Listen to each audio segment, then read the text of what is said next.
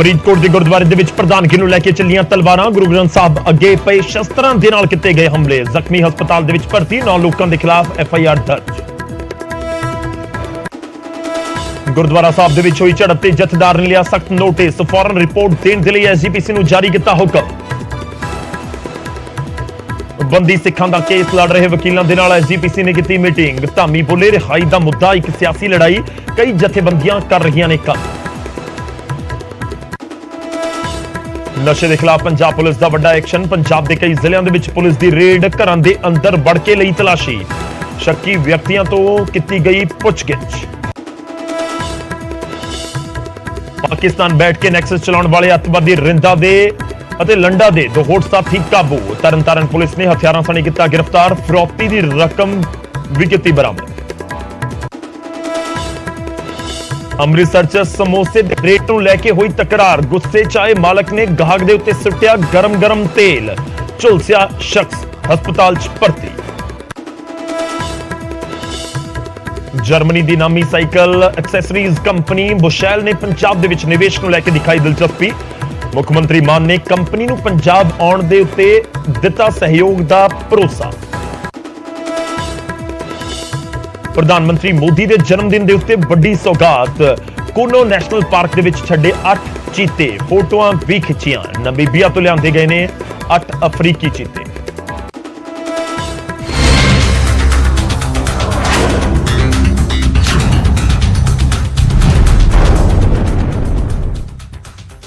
ਸਤਿ ਸ੍ਰੀ ਅਕਾਲ, ਸਵਾਗਤ ਹੈ। ਗੌਰਵ ਸ਼ੁਕਲਾ ਮੈਂ ਹਾਂ ਤੁਹਾਡੇ ਨਾਲ ਹਾਜ਼ਰ ਹਾਂ। ਫਰਕ ਤਾਂ ਪੈਂਦਾ ਹੈ ਲੈ ਕੇ ਤੇ ਫਰਕ ਤਾਂ ਪੈਂਦਾ ਦੇ ਵਿੱਚ ਉਹ ਖਬਰਾਂ ਜੋ ਸਿੱਧਾ ਲੋਕਾਂ ਦੇ ਨਾਲ ਯਾਨੀ ਤੁਹਾਡੇ ਨਾਲ ਜੁੜੀਆਂ ਹੋਈਆਂ ਨੇ। ਅੱਜ ਸ਼ੁਰੂਆਤ ਅਸੀਂ ਫਰੀਦਕੋਟ ਤੋਂ ਕਰਨ ਜਾ ਰਹੇ ਹਾਂ। ਤਸਵੀਰਾਂ ਕੁਝ ਸਾਹਮਣੇ ਆਈਆਂ ਜਿਸ ਨੇ ਸਭ ਨੂੰ ਹੈਰਾਨ ਕਰਕੇ ਰੱਖ ਦਿੱਤਾ। ਫਰੀਦਕੋਟ ਦੇ ਜਰਮਨ ਕਾਲੋਨੀ ਦੇ ਵਿੱਚ ਗੁਰਦੁਆਰਾ ਸਾਹਿਬ ਦੇ ਵਿੱਚ 2 ਧਿਰਾਂ ਦੇ ਵਿਚਾਲੇ ਝੜਪ ਹੋ ਗਈ। ਕਰੀਬ 12-13 ਸੈਕਿੰਡ ਦੀ ਇਹ ਵੀਡੀਓ ਸਭ ਕੁਝ ਦੱਸਣ ਦੇ ਲਈ ਕਾਫੀ ਹੈ ਕਿ ਗੁਰੂ ਘਰ ਦੇ ਵਿੱਚ ਇਹ ਜੋ ਪ੍ਰਬੰਧਕ ਨੇ ਜਾਂ ਪ੍ਰਬੰਧਕੀ ਚਾਹੁੰਦੇ ਨੇ, ਇਹਨਾਂ ਨੂੰ ਕਿੰਨੀ ਕਿ ਲਿਹਾਜ਼ ਹੈ ਗੁਰੂ ਘਰ ਦੀ ਜਾਂ ਫਿਰ ਉੱਥੋਂ ਦੀ ਮਰਿਆਦਾ ਦੀ।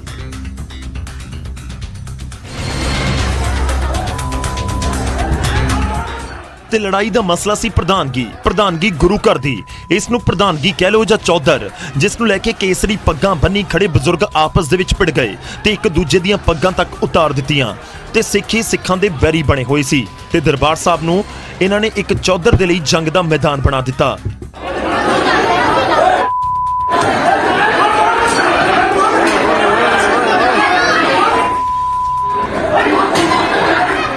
ਨਾ ਇਹਨਾਂ ਨੂੰ ਗੁਰੂ ਘਰ ਦੀ ਮਰਿਆਦਾ ਦਾ ਧਿਆਨ ਸੀ ਤੇ ਨਾ ਹੀ ਕੋਲ ਖੜੇ ਬੱਚਿਆਂ ਤੇ ਬੀਬੀਆਂ ਦਾ।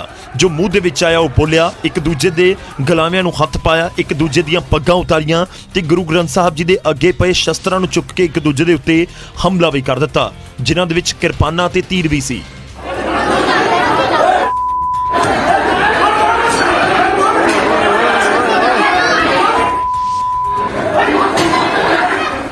ਜਦੋਂ ਗੁਰੂ ਘਰ ਦੀ ਪ੍ਰਧਾਨਗੀ ਦੇ ਲਈ ਬਜ਼ੁਰਗ ਇੱਕ ਦੂਜੇ ਦੀਆਂ ਪੱਗਾਂ ਉਤਾਰਨ ਤੱਕ ਵੀ ਆ ਜਾਣ, ਫਿਰ ਫਰਕ ਤਾਂ ਪੈਂਦਾ ਹੈ। ਜੀ ਮਰਿਆਦਾ ਦਾ ਪਾਠ ਤਾਂ ਇਹ ਸੰਗਤ ਨੂੰ ਬਹੁਤ ਪੜਾਉਂਦੇ ਹੋਣਗੇ, ਪਰ ਚਿੱਟੀਆਂ ਦਾੜੀਆਂ ਇਹਨਾਂ ਦੀਆਂ ਪਰ ਇਹਨਾਂ ਨੇ ਧਿਆਨ ਨਹੀਂ ਰੱਖਿਆ 1% ਵੀ ਕਿ ਗੁਰੂ ਘਰ ਦੇ ਵਿੱਚ ਮੌਜੂਦ ਨੇ ਔਰ ਇੱਥੇ ਆ ਕੇ ਮਰਿਆਦਾ ਦਾ ਧਿਆਨ ਤਾਂ ਖੁਦ ਇਹਨਾਂ ਨੂੰ ਵੀ ਰੱਖਣਾ ਹੀ ਹੋਵੇਗਾ। ਉਧਰ ਬੀਤੇ ਦਿਨੀ ਜਥੇਦਾਰ ਗਿਆਨੀ ਹਰਪ੍ਰੀਤ ਸਿੰਘ ਨੇ ਇੱਕ ਬਿਆਨ ਦਿੱਤਾ ਸੀ ਜਿਸ ਦੇ ਵਿੱਚ ਉਹ ਗੁਰਦੁਆਰਿਆਂ ਦੇ ਵਿੱਚ ਰੌਲਾ ਚੌਧਰ ਅਤੇ ਗੋਲਕਾਂ ਦਾ ਦੱਸ ਰਹੇ ਸੀ। ਉਹ ਫਰੀਦਕੋਟ ਦੇ ਵਿੱਚ ਲੱਗ ਰਿਹਾ ਜਿਵੇਂ ਸੱਚ ਹੋ ਗਿਆ।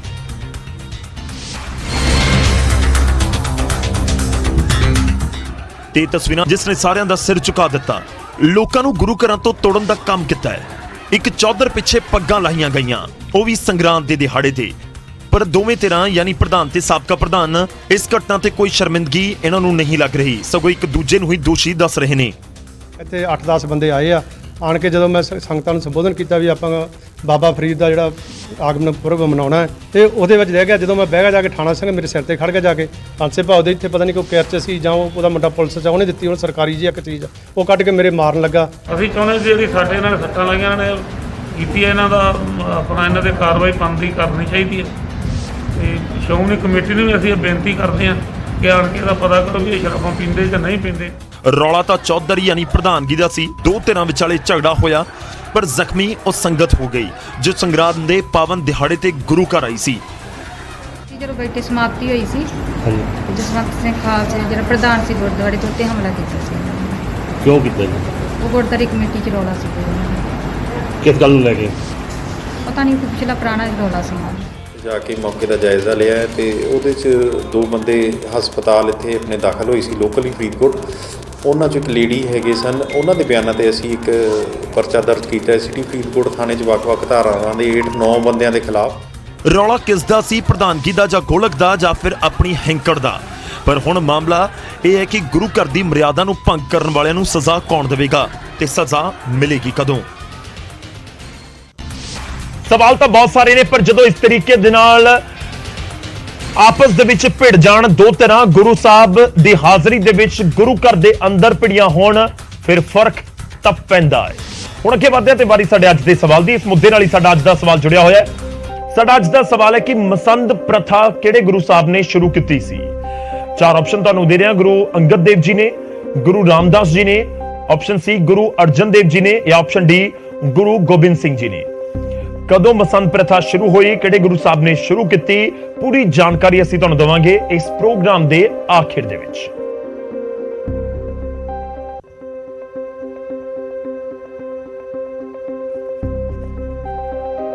ਹੁਣ ਗੱਲ ਧਰਮ ਪਰਿਵਰਤਨ ਦੇ ਮੁੱਦੇ ਦੀ ਵੀ। ਧਰਮ ਪਰਿਵਰਤਨ ਇਸ ਵੇਲੇ ਪੰਜਾਬ ਦੇ ਵਿੱਚ ਇੱਕ ਭਖਦਾ ਮਸਲਾ ਬਣਿਆ ਹੋਇਆ ਹੈ ਤੇ ਹੁਣ ਐਸਜੀਪੀਸੀ ਨੇ ਨਵੀਂ ਧਰਮ ਪਰਿਵਾਰ ਨੂੰ ਲੈ ਕੇ ਰਣਨੀਤੀ ਘੜੀ ਹੈ।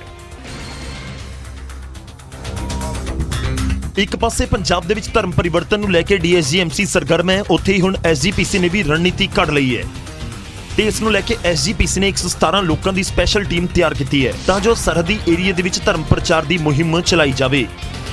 ਕੱਲ 117 ਬੱਚੇ ਨਵੇਂ ਡਿਪਿਊਟ ਕੀਤੇ ਆ। ਉਹ ਨਵੇਂ ਬੱਚੇ ਸਿਰਫ ਅਸੀਂ ਬਾਰਡਰ ਏਰੀਆ ਲਈ ਦਿੱਤੇ ਆ।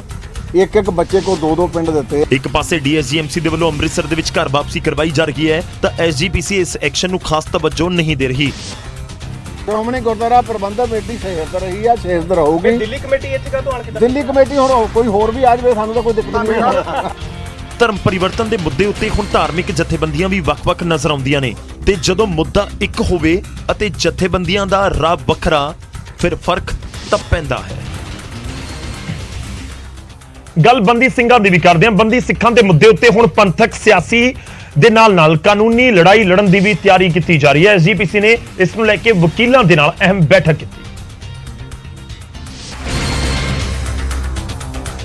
ਐਸਜੀਪੀਸੀ ਅਤੇ ਵਕੀਲਾਂ ਦੀ ਮੀਟਿੰਗ ਤੋਂ ਬਾਅਦ ਇੱਕ ਲੀਗਲ ਕਮੇਟੀ ਬਣਾਉਣ ਦਾ ਫੈਸਲਾ ਹੋਇਆ ਜੋ ਮਜ਼ਬੂਤੀ ਦੇ ਨਾਲ ਵੱਖ-ਵੱਖ ਕੋਰਟਸ ਦੇ ਵਿੱਚ ਬੰਦੀ ਸਿੰਘਾਂ ਦੇ ਕੇਸ ਲੜੇਗੀ। ਐਸਜੀਪੀਸੀ ਪ੍ਰਧਾਨ ਦੇ ਮੁਤਾਬਿਕ ਐਸਜੀਪੀਸੀ ਦੇ ਕੋਲ ਕੁੱਲ 23 ਬੰਦੀ ਸਿੰਘਾਂ ਦੇ ਕੇਸ ਨੇ, ਜਿਨ੍ਹਾਂ ਦੇ ਵਿੱਚ 2 ਰਿਹਾ ਹੋ ਚੁੱਕੇ ਨੇ। ਹੁਣ 21 ਸਿੱਖਾਂ ਦਾ ਕੇਸ ਲੜਿਆ ਜਾਵੇਗਾ, ਜਿਨ੍ਹਾਂ ਦੇ ਵਿੱਚੋਂ 9 ਬੰਦੀ ਸਿੱਖ ਉਹ ਨੇ ਜਿਨ੍ਹਾਂ ਦੀ ਸਜ਼ਾ 18 ਤੋਂ 33 ਸਾਲ ਦੀ ਹੋ ਚੁੱਕੀ ਹੈ। ਇਹਨਾਂ 9 ਦੇ ਵਿੱਚ ਬਲਵੰਤ ਸਿੰਘ ਰਾਜੋਆਣਾ, ਜਗਤਾਰ ਸਿੰਘ ਹਵਾਰਾ ਅਤੇ ਪ੍ਰੋਫੈਸਰ ਦਵਿੰਦਰਪਾਲ ਸਿੰਘ ਭੁੱਲਰ ਵੀ ਨੇ। ਸਾਡੇ ਸਿੱਖ ਜੁਝਾਰੂ ਵੀਰ ਵੱਖ-ਵੱਖ ਜੇਲ੍ਹਾਂ ਦੇ ਵਿੱਚ ਬੰਦ ਆ। ਸਾਡੇ ਕੋਲ 23 ਆ, 23 ਦੇ ਵਿੱਚੋਂ 2 ਰਿਲੀਜ਼ ਹੋ ਚੁੱਕੇ ਆ, 21 ਆ। 21 ਦੇ ਵਿੱਚੋਂ 9 ਬੰਦੇ ਉਹ ਆ ਜਿਹੜੇ 18 ਸਾਲ ਤੋਂ ਲੈ ਕੇ 33 ਸਾਲ ਤੱਕ ਆ। ਲੰਬੀ ਸਜ਼ਾ ਵਾਲੇ 9 ਬੰਦੀ ਸਿੱਖਾਂ ਦੀ ਰਿਹਾਈ ਨੂੰ ਲੈ ਕੇ ਐਸਜੀਪੀਸੀ ਪ੍ਰਧਾਨ ਨੇ ਪ੍ਰਧਾਨ ਮੰਤਰੀ ਮੋਦੀ ਨੂੰ ਵੀ ਚਿੱਠੀ ਲਿਖੀ ਸੀ, ਜਿਸ ਦੇ ਵਿੱਚ ਉਹਨਾਂ ਨੇ ਜਗਤਾਰ ਸਿੰਘ ਹਵਾਰਾ, ਬਲਵੰਤ ਸਿੰਘ ਰਾਜੋਆਣਾ, ਪ੍ਰੋਫੈਸਰ ਦਵਿੰਦਰਪਾਲ ਸਿੰਘ ਭੁੱਲਰ, ਪਰਮਜੀਤ ਸਿੰਘ ਭਿਓਰਾ, ਜਗਤਾਰ ਸਿੰਘ ਤਾਰਾ, ਗੁਰਦੀਪ ਸਿੰਘ ਖੇੜਾ, ਸ਼ਮਸ਼ੇਰ ਸਿੰਘ, ਲਖਵਿੰਦਰ ਸਿੰਘ ਲੱਖਾ ਤੇ ਗੁਰਮੀਤ ਸਿੰਘ ਦਾ ਨਾਮ ਸ਼ਾਮਿਲ ਹੈ। ਅੱਗੇ ਵਧਦੇ ਹਾਂ ਤੇ ਹੁਣ ਗੱਲ ਮੂਸੇਵਾਲਾ ਦੀ ਤੇ ਸਿੱਧੂ ਮੂਸੇਵਾਲਾ ਦੇ ਕਤਲ ਕੇਸ ਦੇ ਵਿੱਚ ਇੱਕ ਹੋਰ ਪੱਖ ਵੀ ਸਾਹਮਣੇ ਆ ਰਿਹਾ ਹੈ ਜੋ ਉਹਨਾਂ ਦੇ ਪਿਤਾ ਨੇ ਪਹਿਲਾਂ ਵੀ ਜਿਸ ਦਾ ਜ਼ਿਕਰ ਕੀਤਾ ਸੀ। ਤੇ ਸੂਤਰਾਂ ਮੁਤਾਬਕ ਹੁਣ ਸਿੱਧੂ ਮੂਸੇਵਾਲਾ ਕਤਲ ਕੇਸ ਦੇ ਵਿੱਚ ਚਿੱਟੇ ਕੱਪੜੇ ਵਾਲੇ ਯਾਨੀ ਕਿ ਇੱਕ ਸਿਆਸੀ ਲੀਡਰ ਦਾ ਨਾਮ ਵੀ ਸਾਹਮਣੇ ਆ ਰਿਹਾ ਹੈ ਤੇ ਪੁਲਿਸ ਉਸ ਨੂੰ ਜਲਦੀ ਗ੍ਰਿਫਤਾਰ ਵੀ ਕਰ ਸਕਦੀ ਹੈ। ਪਿਤਾ ਬਲਕੌਰ ਸਿੰਘ ਵੀ ਕਾਫੀ ਚਿਰ ਤੋਂ ਕਹਿੰਦੇ ਆ ਰਹੇ ਨੇ ਕਿ ਵਾਈਟ ਕਾਲਰ ਵਾਲਿਆਂ ਨੇ ਹੀ ਸਿੱਧੂ ਨੂੰ ਮਰਵਾਇਆ ਹੈ। ਗੈਂਗਸਟਰਾਂ ਦੇ ਨਾਲ ਇੱਕ ਜਮਾਤ ਉਹੋ ਜਿਹੀ ਪੈਦਾ ਹੋ ਚੁੱਕੀ ਹੈ ਜਿਹੜੇ ਉਹਨਾਂ ਦੇ ਅੱਖ, ਨੱਕ ਤੇ ਕੰਨ ਨੇ, ਜਿਨ੍ਹਾਂ ਦੇ ਉੱਤੇ ਉਹ ਏਡੇ ਮਸਲਿਆਂ ਨੂੰ ਅੰਜਾਮ ਦਿੰਦੇ ਨੇ, ਜਿਹੜੇ ਉਹਨਾਂ ਦੀਆਂ ਫਰੋਤੀਆਂ ਇਕੱਠੀਆਂ ਕਰਦੇ ਨੇ। ਉਹ ਲੋਕਾਂ ਦੀ ਇੱਕ ਤਕੜੀ ਹੈ ਔਰ ਉਹ ਚਿੱਟੇ ਕੱਪੜੇ ਵਾਲੇ ਸਫੈਦ ਪੋਸ਼ ਨੇ। ਉਧਰ ਸਿੱਧੂ ਮੂਸੇਵਾਲਾ ਦੇ ਸਭ ਤੋਂ ਬਾਅਦ ਦੇ ਵਿੱਚ ਮਿਲਣ ਵਾਲੇ ਸ਼ੂਟਰ ਦੀਪਕ ਮੁੰਡੀ ਤੇ ਉਸਦੇ ਸਾਥੀ ਦਾ ਰਿਮਾਂਡ ਅਦਾਲਤ ਨੇ ਵਧਾ ਦਿੱਤਾ। ਦੀਪਕ ਮੁੰਡੀ, ਕਪਿਲ ਪੰਡਿਤ ਤੇ ਰਜਿੰਦਰ ਜੋਕਰ ਦੀ 5 ਦਿਨਾਂ ਦੀ ਰਿਮਾਂਡ ਵਧਾਈ ਗਈ ਹੈ। ਤੇ ਇਹਨਾਂ ਗੱਡੀਆਂ ਦੇ ਵਿੱਚ ਆਰੋਪੀ ਆ ਜਿਹੜੇ ਲਿਆਂਦੇ ਜਾ ਰਹੇ ਆ। ਤੁਸੀਂ ਦੇਖ ਲਓ ਤਸਵੀਰਾਂ ਨਿਊਜ਼ 18 ਦੀ ਸਕਰੀਨ ਤੇ, ਇਸ ਦੇ ਵਿੱਚ ਵੀ ਹੈ ਤੇ ਲਗਾਤਾਰ 5 ਮੁਲਜ਼ਮ ਹੈ ਜਿਹੜੇ ਅਦਾਲਤ ਦੇ ਵਿੱਚ ਪੇਸ਼ ਕੀਤੇ ਜਾ ਰਹੇ ਆ। ਸਿੱਧੂ ਮੂਸੇਵਾਲਾ ਕਤਲकांड ਦੇ ਵਿੱਚ ਪੁਲਿਸ ਨੇ ਅਦਾਲਤ 'ਚ 1850 ਪੰਨਿਆਂ ਦੀ ਚਾਰਜਸ਼ੀਟ ਦਾਖਲ ਕੀਤੀ ਸੀ। ਸਾਰੇ ਸ਼ੂਟਰ ਵੀ ਹੁਣ ਗ੍ਰਿਫਤਾਰ ਹੋ ਚੁੱਕੇ ਨੇ, ਪਰ ਮਾਸਟਰਮਾਈਂਡ ਅਜੇ ਵੀ ਪੁਲਿਸ ਦੇ ਗ੍ਰਿਫਤ ਤੋਂ ਬਾਹਰ ਨੇ। ਹੁਣ ਰੁਕ ਕਰਦੇ ਹਾਂ ਨਾਭਾ ਦਾ, ਜਿੱਥੇ ਪੁਲਿਸ ਹੀ ਸੇਫ ਨਜ਼ਰ ਨਹੀਂ ਆਉਂਦੀ ਕਿਉਂਕਿ ਇੱਕ ਪੁਲਿਸ ਮੁਲਾਜ਼ਮ ਦੇ ਉੱਤੇ ਤੇਜ਼ਧਾਰ ਹਥਿਆਰਾਂ ਦੇ ਨਾਲ ਹਮਲਾ ਕਰ ਦਿੱਤਾ ਗਿਆ। ਕਿ ਪੰਜਾਬ 'ਚ ਪੁਲਿਸ ਹੀ ਸੇਫ ਨਹੀਂ ਕਿ ਖਾਕੀ ਦੀ ਸੁਰੱਖਿਆ ਦੇ ਲਈ ਹੋਰ ਸੁਰੱਖਿਆ ਦੀ ਜ਼ਰੂਰਤ ਹੈ। ਜੀ ਹਾਂ, ਕੁਝ ਇਦਾਂ ਦੇ ਹੀ ਸਵਾਲ ਪੈਦਾ ਹੋ ਰਹੇ ਨੇ। ਸਵਾਲ ਇਸ ਵੀਡੀਓ ਨੂੰ ਦੇਖ ਕੇ ਪਹਿਲਾਂ ਦੇਖੋ ਇਹ ਤਸਵੀਰਾਂ ਜੋ ਕੁਝ ਧੁੰਦਲੀਆਂ ਕੀਤੀਆਂ ਗਈਆਂ ਨੇ ਕਿਉਂਕਿ ਇਸ ਦੇ ਉੱਤੇ ਖੂਨ ਲੱਗਿਆ ਹੈ। ਖੂਨ ਖਾਕੀ ਦੇ ਰਖਵਾਲੇ ਦਾ ਜੋ ਹਸਪਤਾਲ 'ਚ ਬੈੱਡ ਤੇ ਪਿਆ ਹੈ, ਜਿਸ ਦੇ ਸਿਰ ਤੇ ਟਾਂਕੇ ਲੱਗੇ ਹੋਏ ਨੇ ਤੇ ਜ਼ਖਮੀ ਹਾਲਤ ਦੇ ਪਿੱਛੇ ਇਹ ਨਸ਼ੇੜੀਆਂ ਨੂੰ ਦੱਸ ਰਿਹਾ ਹੈ। ਨਸ਼ੇੜੀ ਸੀ ਉੱਥੇ ਮੋੜ ਤੇ ਖੜੇ ਸੀ। ਅੱਛਾ ਜੀ। ਮੋਟਰਸਾਈਕਲ ਵਿਚਾਰੇ ਲਾਇਆ ਮੋਟਰਸਾਈਕਲ ਸੇ ਮੈਂ ਰਸਤਾ ਨਹੀਂ ਸੀਗਾ, ਤੇ ਪਹਿਲੇ ਹੀ ਭੀੜ ਸੀ। ਅੱਛਾ। ਸਾਈਡ ਤੇ ਲੰਘਣ ਨੂੰ ਕਿਹਾ ਮੈਂ ਕਿ ਮੋਟਰਸਾਈਕਲ ਸਾਈਡ ਤੇ ਗੱਲ ਆ ਬਸ ਇੰਨੇ ਚ ਮੈਨੂੰ ਨਹੀਂ, ਉਹਨੇ ਜੋ ਤਲਵਾਰ ਮੇਰੇ ਮਾਰੀ ਆ ਇੱਥੇ ਦੀ ਆ ਤਲਵਾਰ। ਜ਼ਖਮੀ ਪੁਲਿਸ ਮੁਲਾਜ਼ਮ ਜਿੱਥੇ ਕੋਈ ਨਸ਼ੇੜੀ ਕਹਿ ਰਿਹਾ ਹੈ ਤਾਂ ਪਰਿਵਾਰ ਨਾਮ ਵੀ ਲੈ ਰਿਹਾ ਹੈ ਜਿਨ੍ਹਾਂ ਨੇ ਹਮਲਾ ਕੀਤਾ। ਸੀਗਾ ਇਹ ਮੋਟਰਸਾਈਕਲ ਲੈ ਕੇ ਖੜੇ ਵੀਰਾ ਉਹਦਾ ਵੀਰੇ ਸੀ ਆਪਣੀ ਆਏ ਸਾਰੇ ਜਣੇ। ਮੇਰਾ ਭਾਈ ਆ ਰਿਹਾ ਸੀਗਾ ਉਧਰੋਂ, ਉਹਨੇ ਕਿਹਾ ਮੋਟਰਸਾਈਕਲ ਸਾਈਡ ਤੇ ਕਰ ਲਓ, ਉਹਨੇ ਗੱਲ ਨਹੀਂ ਪੁੱਛੀ, ਬਾਥਰੂਮ 'ਚ ਉਹਨੇ ਕਿਰਪਾਨ ਕੱਢ ਕੇ ਮਾਰੀ ਮੁੰਡੇ ਨੇ। ਜਦੋਂ ਪੁਲਿਸ ਤੇ ਹਮਲਾ ਹੋਵੇ ਤੇ ਹਸਪਤਾਲ 'ਚ ਇਨਸਾਫ ਦੀ ਪੁਲਿਸ ਮੁਲਾਜ਼ਮ ਹੀ ਮੰਗ ਕਰੇ ਫਿਰ ਫਰਕ ਤਾਂ ਪੈਂਦਾ ਹੈ। ਮਤਲਬ ਇਹ ਨਹੀਂ ਪਤਾ ਲੱਗਾ ਇਹਨਾਂ ਦਾ ਕਾਰਨ ਕੀ ਨਾ ਕੁਝ ਨਹੀਂ ਦੱਸਿਆ ਉਹਨਾਂ ਨੇ। ਕਹਿੰਦੇ ਜੀ ਮੈਂ ਬਿਆਨ ਬਾਅਦ 'ਚ ਦਊਂਗਾ। ਪਿਆਰ ਬਣਾਉਂਦੇ ਉਹ ਇੱਕ ਕਿਰਤੀ ਜੀ। ਹੁਣ ਸਵਾਲ ਇਹ ਕਿ ਪੁਲਿਸ ਦੀ ਸੁਰੱਖਿਆ ਦੇ ਲਈ ਵੀ ਕੋਈ ਸੁਰੱਖਿਆ ਮੁਲਾਜ਼ਮ ਲਗਾਉਣਾ ਪਏਗਾ। ਖੈਰ, ਇਸ ਤਰੀਕੇ ਦੇ ਮਾਮਲੇ ਜਦੋਂ ਸਾਹਮਣੇ ਆਉਂਦੇ ਨੇ ਤਾਂ ਜ਼ਰੂਰ ਸਵਾਲ ਉੱਠਦੇ ਨੇ ਕਿ ਆਖਿਰ ਇਹ ਜਿਹੜੇ ਬਦਮਾਸ਼ ਨੇ ਬੇਖੌਫ ਕਿਉਂ ਨੇ। ਹੁਣ ਪੁਲਿਸ ਦੇ ਉੱਤੇ ਵੀ ਜ਼ਿੰਮੇਵਾਰੀ ਹੈ ਕਿ ਘੱਟੋ ਘੱਟ ਖਾਕੀ ਦੇ ਉੱਤੇ ਹੋਏ ਹਮਲੇ ਦੇ ਮਾਮਲੇ ਦੇ ਵਿੱਚ ਤਾਂ ਐਕਸ਼ਨ ਛੇਤੀ ਔਰ ਜ਼ਬਰਦਸਤ ਹੋਵੇ। ਅਗਲੀ ਖਬਰ ਦਾ ਰੁਖ ਕਰਦੇ ਹਾਂ। ਖਬਰ ਰਿੰਦਾ ਲੰਡਾ ਨਾਲ ਜੁੜੀ ਹੋਈ ਹੈ। ਇਹ ਦੋ ਦਹਿਸ਼ਤਗਰਦ ਜੋ ਪਾਕਿਸਤਾਨ ਦੇ ਵਿੱਚ ਬੈਠ ਕੇ ਸਭ ਕੁਝ ਆਪਰੇਟ ਕਰਦੇ ਨੇ, ਇਹਨਾਂ ਦੇ ਦੋ ਸਾਥੀ ਗ੍ਰਿਫਤਾਰ ਕੀਤੇ ਗਏ ਨੇ। ਇਹਨਾਂ ਦੀ ਗ੍ਰਿਫਤਾਰੀ ਹੋਈ ਹੈ ਤਰਨਤਾਰਨ ਤੋਂ। ਤਰਨਤਾਰਨ ਪੁਲਿਸ ਨੇ ਇਹਨਾਂ ਨੂੰ ਕਾਬੂ ਕੀਤਾ ਹੈ। ਪਾਕਿਸਤਾਨ ਬੈਠੇ ਰਿੰਦਾ ਅਤੇ ਲੰਡਾ ਦੇ ਦੋਵੇਂ ਕਰੀਬੀ ਦੱਸੇ ਜਾਂਦੇ ਨੇ। ਹਥਿਆਰਾਂ ਸਣੇ ਪੁਲਿਸ ਨੇ ਦੋਵਾਂ ਨੂੰ ਗ੍ਰਿਫਤਾਰ ਕਰ ਲਿਆ। ਪੁਲਿਸ ਨੇ ਗੈਂਗਸਟਰਾਂ ਤੋਂ 50,000 ਰੁਪਏ ਦੀ ਨਕਦੀ ਵੀ ਬਰਾਮਦ ਕੀਤੀ ਹੈ। ਤੁਹਾਨੂੰ ਦੱਸ ਦਈਏ ਕਿ ਇਹ ਧਮਕਾ ਕੇ ਕਿਸੇ ਤੋਂ ਫਿਰੌਤੀ ਲਈ ਹੋਈ ਸੀ ਜੋ ਬਰਾਮਦਗੀ ਰਕਮ ਦੀ ਹੋਈ ਹੈ। ਫਿਲਹਾਲ ਦੋਵਾਂ ਤੋਂ ਪੁੱਛਗਿੱਛ ਕੀਤੀ ਜਾ ਰਹੀ ਹੈ ਤੇ ਪੁਲਿਸ ਉਮੀਦ ਕਰ ਰਹੀ ਹੈ ਕਿ ਦੋਵਾਂ ਤੋਂ ਕੁਝ ਹੋਰ ਵੱਡੇ ਖੁਲਾਸੇ ਵੀ ਹੋ ਸਕਦੇ ਨੇ। ਜਿਨ੍ਹਾਂ ਤੋਂ ਵੀ ਲੋਕਾਂ ਤੋਂ ਫਰੌਤੀਆਂ ਮੰਗਦੇ ਨੇ, ਡਰਾ ਮੰਗਾ ਕੇ, ਜਿਵੇਂ ਫੋਰ ਐਗਜ਼ਾਮਪਲ ਕਈ ਆਮ ਆਪਣੇ ਸਾਡੇ ਜਿਹੜੇ ਕਸਬਿਆਂ 'ਚੋਂ ਆ ਉਹਨੂੰ ਕਾਲ ਕਰਦਾ ਸੀ। ਕਾਲ ਕਰਕੇ ਕੋਈ ਸਾਹਮਣੇ ਬੰਦਾ ਉਹਦੇ ਕੋਲ ਆਲਰੇਡੀ ਬਾਹਰ ਲੋਕਲ ਬੰਦਾ ਖੜਾ ਹੁੰਦਾ ਸੀ, ਉਹ ਉਹਨੂੰ ਦੱਸਦਾ ਸੀ ਵੀ ਸਾਨੂੰ ਪਤਾ ਤੂੰ ਇਸ ਵੇਲੇ ਫਲਾਣੇ ਰੰਗ ਦੀ ਪਗੜੀ ਬੰਨੀ ਆ, ਤੂੰ ਇਸ ਵੇਲੇ ਇੱਥੇ ਬੈਠਾ, ਤੂੰ ਇਸ ਵੇਲੇ ਆਹ ਕਰ ਰਿਹਾ, ਤੂੰ ਸਾਨੂੰ ਪੈਸੇ ਦੇ ਦੇ, ਤੇਰੇ ਬੱਚਿਆਂ ਦਾ ਸਾਨੂੰ ਪਤਾ ਇੱਥੇ ਪੜ੍ਹਦੇ ਆ, ਤੇਰੇ ਪਰਿਵਾਰ ਤੇਰਾ ਉੱਥੇ ਜਾਂਦਾ, ਗੱਡੀ ਤੇਰੇ ਕੋਲ ਇਹ ਆ, ਪੈਸੇ ਤੇਰੇ ਕੋਲ ਇੰਨੇ ਆ। ਉਹ ਲੋਕਲ ਬੰਦਿਆਂ ਤੋਂ ਲੈ ਕੇ ਜਾਣਕਾਰੀ ਆ ਉਹ ਲੰਡੇ ਕੋਲ ਜਾਂਦੀ ਸੀ। ਲੰਡਾ ਉਹਨਾਂ ਦੇ ਰਾਹੀਂ ਇੱਕ ਡਰਾਉਣ ਦੇ ਪਰਪਸ ਦੇ ਲਈ ਮੈਨੂੰ ਸਾਰਾ ਕੁਝ ਪਤਾ, ਉਹ ਡਰਾ ਕੇ ਉਹਨਾਂ ਤੋਂ ਫਰੌਤੀਆਂ ਮੰਗਣ ਦੇ ਧਮਕੀਆਂ ਖੈਰ ਧਮਕੀਆਂ ਦੇ ਰਹੇ ਸੀ ਲੋਕਾਂ ਨੂੰ ਤੇ ਉਸ ਤੋਂ ਬਾਅਦ ਹੁਣ ਪੁਲਿਸ ਨੇ ਇਹਨਾਂ ਨੂੰ ਜ਼ਰੂਰ ਕਾਬੂ ਕਰ ਲਿਆ ਤੇ ਪੁਲਿਸ ਹੁਣ ਸਭ ਕੁਝ ਪੁੱਛੇਗੀ ਕਿ ਤੁਸੀਂ ਕਿੱਥੇ ਸੀ, ਕਿਹੜੇ ਰੰਗ ਦੇ ਕੱਪੜੇ ਪਾਏ ਸੀ, ਕਿਹੜੇ ਫੋਨ ਤੋਂ ਫੋਨ ਕੀਤਾ ਸੀ। ਜਿਵੇਂ ਦੀਆਂ ਧਮਕੀਆਂ ਸੀ ਉਹੇ ਜਿਹੇ ਸਵਾਲ ਇਹਨਾਂ ਤੋਂ ਹੁਣ ਪੁੱਛੇ ਜਾਣਗੇ। ਉਧਰ ਦੇਸ਼ ਦੇ ਵਿੱਚ 70 ਸਾਲ ਬਾਅਦ ਹੁਣ ਮੁੜ ਤੋਂ ਚੀਤੇ ਨਜ਼ਰ ਆ ਰਹੇ ਨੇ। 8 ਚੀਤਿਆਂ ਨੂੰ ਨਮੀਬੀਆ ਤੋਂ ਭਾਰਤ ਲਿਆਂਦਾ ਗਿਆ। ਪ੍ਰਧਾਨ ਮੰਤਰੀ ਮੋਦੀ ਨੇ ਇਹਨਾਂ ਦਾ ਸਵਾਗਤ ਕੀਤਾ।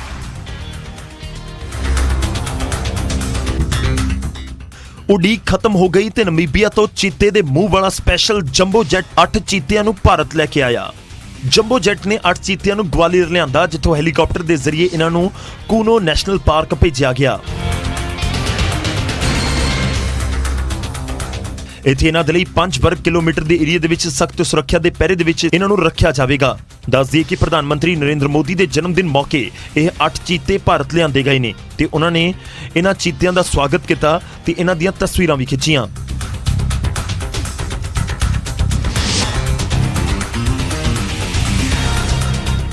ਚੀਤਿਆਂ ਦੇ ਵਿੱਚ 5 ਮਾਦਾ ਤੇ 3 ਨਰ ਸ਼ਾਮਲ ਨੇ। ਇਹਨਾਂ ਨੂੰ ਕਿਸੇ ਕਿਸਮ ਦੀ ਦਿੱਕਤ ਨਾ ਆਵੇ ਇਸ ਲਈ ਸਪੈਸ਼ਲ ਵਾਈਲਡ ਲਾਈਫ ਹਸਪਤਾਲ ਵੀ ਬਣਾਇਆ ਗਿਆ ਹੈ। ਚੀਤਿਆਂ ਨੂੰ ਇੱਥੇ ਸੁਰੱਖਿਅਤ ਰੱਖਣ ਦੇ ਲਈ ਪੂਰੇ ਕਰੜੇ ਇੰਤਜ਼ਾਮ ਕੀਤੇ ਗਏ ਨੇ। 24 ਘੰਟੇ ਬੰਦੂਕਾਂ ਦੇ ਨਾਲ ਲੈਸ ਸੁਰੱਖਿਆ ਮੁਲਾਜ਼ਮ ਇੱਥੇ ਤੈਨਾਤ ਰਹਿਣਗੇ। ਖੈਰ 1952 ਦੇ ਵਿੱਚ ਚੀਤੇ ਭਾਰਤ ਦੇ ਵਿੱਚ ਵਿਲੁਪਤ ਹੋ ਚੁੱਕੇ ਸੀ ਤੇ 70 ਸਾਲ ਬਾਅਦ ਦੁਬਾਰਾ ਇਹਨਾਂ ਨੂੰ ਲਿਆਂਦਾ ਗਿਆ ਨਮੀਬੀਆ ਤੋਂ। ਕਾਬਿਲੇ ਗੌਰ ਵੀ ਹੈ ਕਿ ਨਮੀਬੀਆ ਦੀ ਸਰਕਾਰ ਨੇ ਕਿਸੇ ਤਰ੍ਹਾਂ ਦੀ ਕੋਈ ਰਾਸ਼ੀ ਯਾਨੀ ਪੈਸੇ ਇਹਨਾਂ ਨੂੰ ਭਾਰਤ ਨੂੰ ਸੌਂਪਣ ਦੇ ਵਿੱਚ ਨਹੀਂ ਰਹੇ।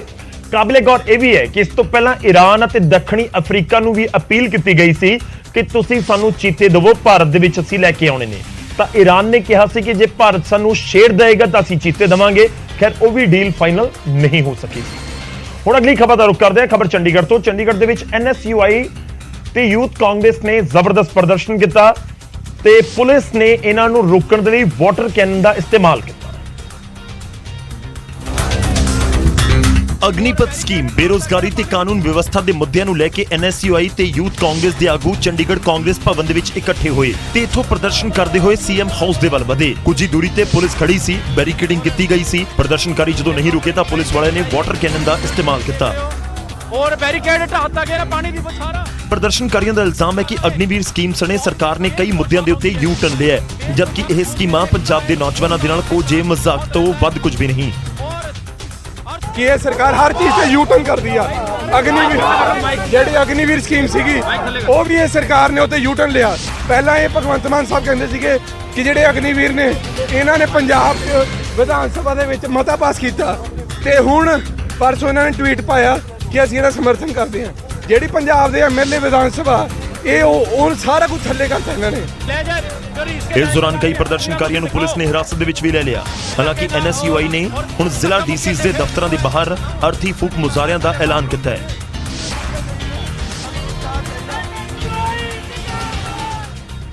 ਖੈਰ ਜ਼ਬਰਦਸਤ ਪ੍ਰਦਰਸ਼ਨ ਚੰਡੀਗੜ੍ਹ ਦੇ ਵਿੱਚ ਹੁੰਦਾ ਨਜ਼ਰ ਆਇਆ। ਉਧਰ ਅੰਮ੍ਰਿਤਸਰ ਦੇ ਵਿੱਚ ਰੇਲਵੇ ਸਟੇਸ਼ਨ ਦੇ ਕੋਲ ਇੱਕ ਪ੍ਰਵਾਸੀ ਸ਼ਰਾਬੀ ਨੇ, ਰਹਿਣ ਵਾਲਾ ਪੰਜਾਬ ਤੋਂ ਬਾਹਰ ਦਾ, ਉਸਨੇ ਸ਼ਰਾਬ ਪੀਤੀ ਹੋਈ ਸੀ ਤੇ ਹਾਈ ਵੋਲਟੇਜ ਡਰਾਮਾ ਕੀਤਾ। ਉਸਦੇ ਕੋਲ ਦੋ ਛੋਟੇ-ਛੋਟੇ ਬੱਚੇ ਸਨ ਜਿਨ੍ਹਾਂ ਨੂੰ ਉਹ ਸਕੂਲ ਤੋਂ ਲੈ ਕੇ ਆ ਰਹੀ ਸੀ, ਪਰ ਸ਼ਰਾਬ ਨੇ ਉਸਦੀ ਸੁਰਤ ਭੁਲਾ ਦਿੱਤੀ। ਪਹਿਲਾਂ ਤਾਂ ਇੱਕ ਬੱਸ ਦੇ ਅੱਗੇ ਖੜ ਕੇ ਹੰਗਾਮਾ ਕੀਤਾ,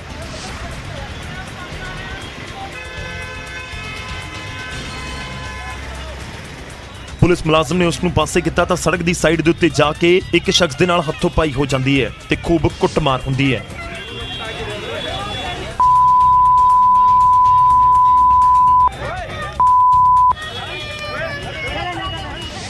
ਉਧਰ ਪੁਲਿਸ ਨੇ ਦੋਵਾਂ ਨੂੰ ਸ਼ਾਂਤ ਕਰਵਾਇਆ ਤੇ ਬੱਚਿਆਂ ਦੀ ਮਾਂ ਨੂੰ ਬੁਲਾ ਕੇ ਬੱਚੇ ਉਸ ਦੇ ਹਵਾਲੇ ਕੀਤੇ। ਅੱਗੇ ਵਧਦੇ ਤੇ ਗੱਲ ਹੁਣ ਸਮੋਸਿਆਂ ਦੀ। ਜੇ ਅੰਮ੍ਰਿਤਸਰ ਦੇ ਵਿੱਚ 20 ਰੁਪਏ ਦੇ ਸਮੋਸਿਆਂ ਨੂੰ ਲੈ ਕੇ ਦੋ ਧਿਰਾਂ ਆਮੋ ਸਾਹਮਣੇ ਹੋ ਗਈਆਂ ਤੇ ਹਾਲ ਇਹ ਸੀ ਕਿ ਸਮੋਸੇ ਵਾਲਾ ਤੇਲ ਸੁੱਟ ਦਿੱਤਾ ਗਿਆ ਤੇ ਹਲਵਾਈ ਦੇ ਕੋਲ ਸਮੋਸਿਆਂ ਵਾਲੀ ਕੜਾਹੀ ਵਾਲਾ ਤੇਲ ਸੀ ਤੇ ਖਰੀਦਦਾਰ ਦੇ ਕੋਲ ਦਾਤ। ਇੱਕ ਧਿਰ ਨੇ ਗਰਮ-ਗਰਮ ਤੇਲ ਪਾ ਦਿੱਤਾ ਤਾਂ ਹਲਵਾਈ ਮੁਤਾਬਕ ਉਹਨਾਂ ਤੇ ਦਾਤ ਦੇ ਨਾਲ ਹਮਲਾ ਕੀਤਾ ਗਿਆ ਤੇ ਕੀ ਬੱਚੇ ਨੌਜਵਾਨ ਦੋਵਾਂ ਦੇ ਹੱਥਾਂ ਬਾਹਾਂ ਦੇ ਉੱਤੇ ਤੇਲ ਡੁੱਲ ਗਿਆ ਤੇ ਉਹ ਕਾਫੀ ਹੱਦ ਤੱਕ ਸੜ ਗਏ ਤੇ ਇਸ ਪੂਰੇ ਵਿਵਾਦ ਦੇ ਪਿੱਛੇ ਦੀ ਵਜ੍ਹਾ ਸੀ 20 ਰੁਪਏ ਦੇ ਸਮੋਸੇ। 37 ਰੁਪਏ 37 ਰੁਪੀਸ ਮੈਂ ਦੇ ਕੇ ਤੇ ਕੱਲਿਆ ਉਹਨਾਂ ਨੂੰ ਤੇ ਉਹਨਾਂ ਨੇ 2 ਸਮੋਸੇ ਦੇ ਦਿੱਤੇ ਮੈਨੂੰ ਤੇ ਮੈਂ ਕਿਹਾ ਵੀ 4 ਸਮੋਸੇ ਦੇਣ ਲਈ ਭੇਜਿਆ ਸੀ ਤੈਨੂੰ ਤੇ ਤੂੰ 2 ਲਿਆ। ਕਹਿੰਦੇ ਨਹੀਂ ਉਹਨਾਂ ਨੇ ਇੰਨੇ ਦਿੱਤੇ। मैं गया वापस भी तुम कितने देते समोसे। फिर बहस बसाई आपस में होगी तो फिर वो तीनों लोग मेरे पे आके टूट पड़े। उन्होंने मेरे पे तेल। एक धਿਰ ਦਾ ਇਲਜ਼ਾਮ ਹੈ ਕਿ ਹਲਵਾਈ ਨੇ ਸਮੋਸੇ ਘੱਟ ਦਿੱਤੇ ਤਾਂ ਹਲਵਾਈ ਦਾ ਇਲਜ਼ਾਮ ਹੈ ਕਿ ਉਹਨਾਂ ਨੇ ਪੈਸੇ ਦਿੱਤੇ ਹੀ ਨਹੀਂ।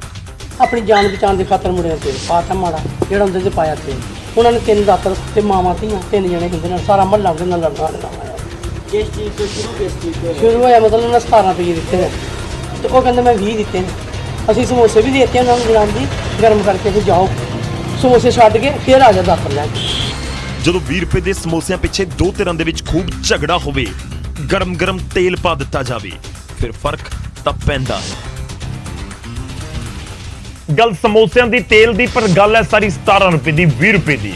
ਖੈਰ ਇਹ ਜ਼ਰੂਰ ਦਿਖਾ ਰਹੀ ਹੈ ਖਬਰ ਕਿ ਗੁੱਸਾ ਕਿਵੇਂ ਆਊਟ ਆਫ ਕੰਟਰੋਲ ਲੋਕਾਂ ਦਾ ਹੋ ਰਿਹਾ ਹੈ, ਕਿਉਂਕਿ ਗੱਲ 20 ਰੁਪਏ ਦੀ ਕੁਝ ਵੀ ਨਹੀਂ ਹੈ ਪਰ ਗੱਲ ਤੇਲ ਪਾਉਣ ਤੱਕ ਪਹੁੰਚ ਗਈ ਜਾਂ ਦਾਤ ਮਾਰਨ ਤੱਕ ਪਹੁੰਚ ਗਈ, ਉਸ ਨਾਲ ਫਰਕ ਤਾਂ ਜ਼ਰੂਰ ਪੈਂਦਾ ਹੈ।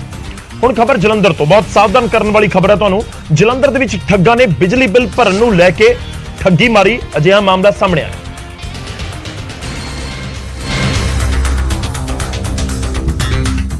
ਮੋਬਾਈਲ ਤੇ ਮੈਸੇਜ ਦੀ ਘੰਟੀ ਵੱਜੀ, ਮੈਸੇਜ ਦੇਖਿਆ ਤਾਂ ਬਿੱਲ ਭਰਨ ਦੀ ਆਖਰੀ ਮਿਤੀ ਦਾ ਜ਼ਿਕਰ ਸੀ ਤੇ ਲਿੰਕ ਤੇ ਕਲਿੱਕ ਕਰਕੇ 100 ਰੁਪਏ ਭਰ ਕੇ ਅਗਲੀ ਡੇਟ ਦਾ ਜ਼ਿਕਰ ਵੀ ਸੀ।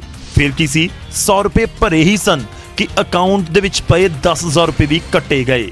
ਉਹਨਾਂ ਨੇ ਕਿਹਾ ਜੀ ਤੁਸੀਂ 100 ਰੁਪਇਆ ਤੁਸੀਂ ਜਮ੍ਹਾਂ ਕਰਾਓ ਇੱਥੇ ਤੇ ਜਿਹੜਾ ਤੁਹਾਡਾ ਪੁਰਾਣਾ ਬਿੱਲ ਆ ਜਿਹੜਾ ਖੜਾ 2021 ਦਾ ਸਰਕਾਰ ਨੇ ਮਾਫ ਕੀਤੇ ਹੋਏ ਆ। ਉਸ ਤੋਂ ਬਾਅਦ ਮੇਰੇ ਜਿੰਨੇ ਪੈਸੇ ਸੀਗੇ ਬੈਂਕ ਅਕਾਊਂਟ ਦੇ ਵਿੱਚ 10,000 ਰੁਪਇਆ ਮੇਰਾ ਸਾਰਾ ਹੀ 9101 ਰੁਪਇਆ ਉੱਡ ਗਿਆ, 400 ਹੀ ਉੱਡ ਗਏ। ਹੁਣ ਜਦੋਂ ਤੁਹਾਨੂੰ ਵੀ ਕੋਈ ਖੁਦ ਨੂੰ ਬਿਜਲੀ ਵਿਭਾਗ ਦਾ ਦੱਸ ਕੇ ਮੈਸੇਜ ਕਰੇ ਤੇ ਮੀਟਰ ਕੱਟਣ ਦਾ ਡਰਾਵਾ ਦੇਵੇ ਤਾਂ ਫਿਰ ਇੱਕ ਲਿੰਕ ਵਾਲਾ ਮੈਸੇਜ ਆਏ ਤਾਂ ਉਸ ਤੇ ਕਲਿੱਕ ਨਾ ਕਰਨਾ, ਕਿਉਂਕਿ ਉਹ ਲੋਕ ਤੁਹਾਡਾ ਮੀਟਰ ਤਾਂ ਨਹੀਂ ਕੱਟ ਸਕਦੇ ਪਰ ਅਕਾਊਂਟ 'ਚੋਂ ਪੈਸੇ ਜ਼ਰੂਰ ਕੱਟੇ ਜਾਣਗੇ। ਤੇ ਜਦੋਂ ਮੈਸੇਜ ਆਵੇ ਤੇ ਅਕਾਊਂਟ ਖਾਲੀ ਹੋਵੇ ਫਿਰ ਫਰਕ ਤਾਂ ਪੈਂਦਾ ਹੈ।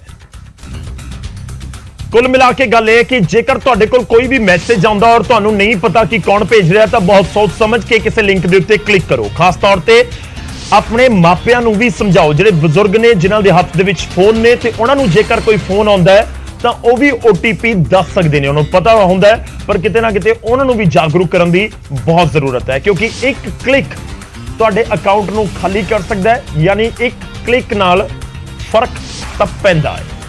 ਉਧਰ ਅੰਮ੍ਰਿਤਸਰ ਦੇ ਵਿੱਚ ਰੇਲ ਪਟੜੀ ਦੇ ਉੱਤੇ ਇੱਕ ਫਾਟਕ ਖੁੱਲਾ ਰਹਿ ਗਿਆ ਤੇ ਖੁੱਲੇ ਫਾਟਕ ਹੋਣ ਦੀ ਵਜ੍ਹਾ ਦੇ ਬਾਵਜੂਦ ਉੱਥੋਂ ਟ੍ਰੇਨ ਗੁਜ਼ਰ ਗਈ।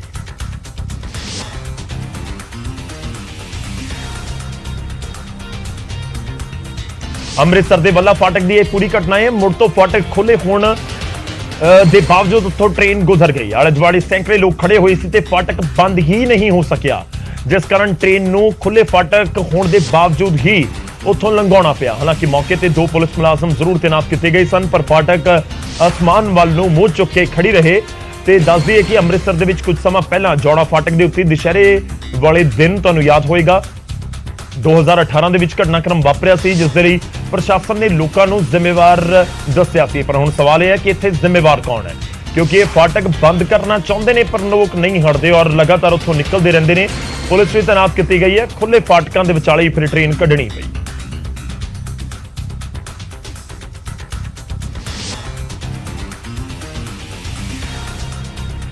ਹੁਣ ਅੱਗੇ ਵਧਦੇ ਤੇ ਗੱਲ ਹੋਵੇਗੀ 17 ਸਤੰਬਰ ਦੇ ਇਤਿਹਾਸ ਦੀ। 17 ਸਤੰਬਰ ਦਾ ਇਤਿਹਾਸ ਕੀ ਕਹਿੰਦਾ ਉਹ ਤੁਹਾਨੂੰ ਦੱਸਾਂਗੇ। 17 ਸਤੰਬਰ ਦਾ ਇਤਿਹਾਸ ਜੁੜਿਆ ਹੋਇਆ ਹੈ ਚਿੱਤਰਕਾਰ MF ਹੁਸੈਨ ਦੇ ਨਾਲ। ਜੀ ਹਾਂ, MF ਹੁਸੈਨ ਸਾਹਿਬ ਦਾ ਜਨਮ ਹੋਇਆ ਸੀ 17 ਸਤੰਬਰ ਨੂੰ। 17 ਸਤੰਬਰ ਦੇ ਦਿਨ 1915 ਦੇ ਵਿੱਚ ਮਕਬੂਲ ਫਿਦਾ ਹੁਸੈਨ ਦਾ ਜਨਮ ਹੋਇਆ। ਆਮ ਲੋਕਾਂ ਦੇ ਵਿੱਚ MF ਹੁਸੈਨ ਦੇ ਨਾਮ ਦੇ ਨਾਲ ਉਹਨਾਂ ਨੂੰ ਜਾਣਿਆ ਜਾਂਦਾ ਹੈ। ਭਾਰਤੀ ਚਿੱਤਰਕਾਰ ਅਤੇ ਫਿਲਮ ਡਾਇਰੈਕਟਰ ਸਨ। ਉਹ ਇੱਕ ਬਿੰਦਾਸ ਤੇ ਅਹਿਸਾਸਮੰਦ ਵਾਲੇ ਭਾਵਨਾਤਮਕ ਤੇ ਸੰਜੀਦਾ ਕਲਾਕਾਰ ਸੀ। ਉਹ ਨੰਗੇ ਪੈਰਾਂ ਵਾਲਾ ਫਕੀਰ ਸੀ। ਹੁਸੈਨ ਨੇ ਜਿੱਥੇ ਆਪਣੀਆਂ ਪੇਂਟਿੰਗਸ ਦੀ ਵਜ੍ਹਾ ਦੇ ਨਾਲ ਨਾਮ ਕਮਾਇਆ, ਉਹਨਾਂ ਨੂੰ ਅਵਾਰਡਸ ਮਿਲੇ, ਉੱਥੇ ਵਿਰੋਧ ਦਾ ਸਾਹਮਣਾ ਵੀ ਕਰਨਾ ਪਿਆ। ਇੱਕ ਪੇਂਟਿੰਗ ਨੂੰ ਲੈ ਕੇ 2006 ਦੇ ਵਿੱਚ ਪ੍ਰੈਸ ਕਾਨਫਰੰਸ ਦੇ ਦੌਰਾਨ ਪੱਤਰਕਾਰਾਂ ਦੇ ਨਾਲ ਉਹ ਉਲਝ ਬੈਠੇ ਸੀ, ਜਿਸ ਤੋਂ 2006 ਦੇ ਵਿੱਚ ਹੁਸੈਨ ਨੇ 2006 ਦੇ ਵਿੱਚ ਹੀ ਭਾਰਤ ਛੱਡ ਦਿੱਤਾ।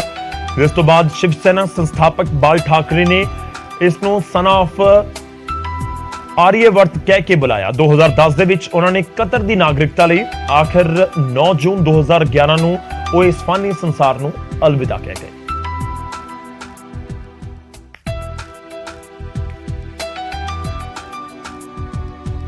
ਤੇ ਹੁਣ ਵਾਰੀ ਅੱਜ ਦੇ ਸਵਾਲ ਦੀ ਤੇ ਸਵਾਲ ਦਾ ਜਵਾਬ ਦੱਸਣ ਦੀ। ਅੱਜ ਦਾ ਸਵਾਲ ਪਹਿਲਾਂ ਤੁਹਾਡੀ ਟੀਵੀ ਸਕਰੀਨ ਦੇ ਉੱਤੇ, ਮਸੰਦ ਪ੍ਰਥਾ ਕਿਹੜੇ ਗੁਰੂ ਸਾਹਿਬ ਨੇ ਸ਼ੁਰੂ ਕੀਤੀ ਸੀ? ਇਹ ਅੱਜ ਅਸੀਂ ਸਵਾਲ ਪੁੱਛਿਆ। 4 ਆਪਸ਼ਨ ਤੁਹਾਨੂੰ ਦਿੱਤੀਆਂ। ਇਹ ਗੁਰੂ ਅੰਗਦ ਦੇਵ ਜੀ ਨੇ, ਗੁਰੂ ਰਾਮਦਾਸ ਜੀ ਨੇ, ਗੁਰੂ ਅਰਜਨ ਦੇਵ ਜੀ ਨੇ ਜਾਂ ਫਿਰ ਗੁਰੂ ਗੋਬਿੰਦ ਸਿੰਘ ਜੀ ਨੇ।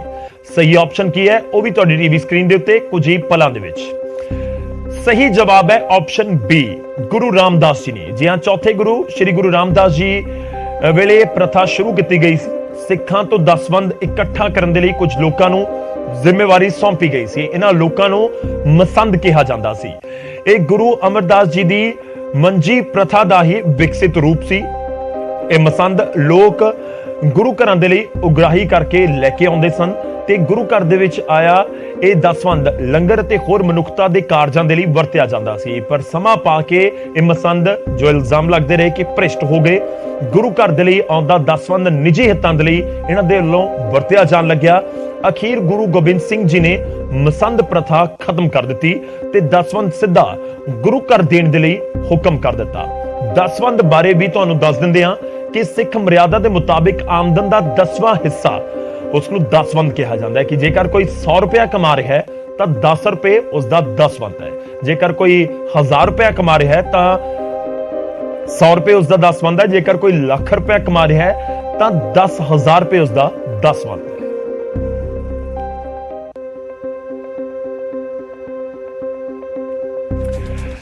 ਫਰਕ ਤਾਂ ਪੈਂਦਾ ਹੈ। ਪ੍ਰੋਗਰਾਮ ਨੂੰ ਲੈ ਕੇ ਤੁਸੀਂ ਆਪਣੀ ਰਾਏ ਸਾਡੇ ਤੱਕ ਪਹੁੰਚਾ ਸਕਦੇ ਹੋ। ਤੁਹਾਡੀ ਫੀਡਬੈਕ ਦਾ ਸਾਨੂੰ ਇੰਤਜ਼ਾਰ ਰਹਿੰਦਾ ਹੈ ਕਿਉਂਕਿ ਤੁਹਾਡੀ ਫੀਡਬੈਕ ਦੇ ਨਾਲ ਵੀ ਫਰਕ ਤਾਂ ਪੈਂਦਾ ਹੈ। ਫਿਲਹਾਲ ਮੈਨੂੰ ਇਜਾਜ਼ਤ ਦਿਓ, ਤੁਸੀਂ ਜੁੜੇ ਰਹੋ ਨਿਊਜ਼ 18 ਪੰਜਾਬ ਹਰਿਆਣਾ ਦੇ ਨਾਲ।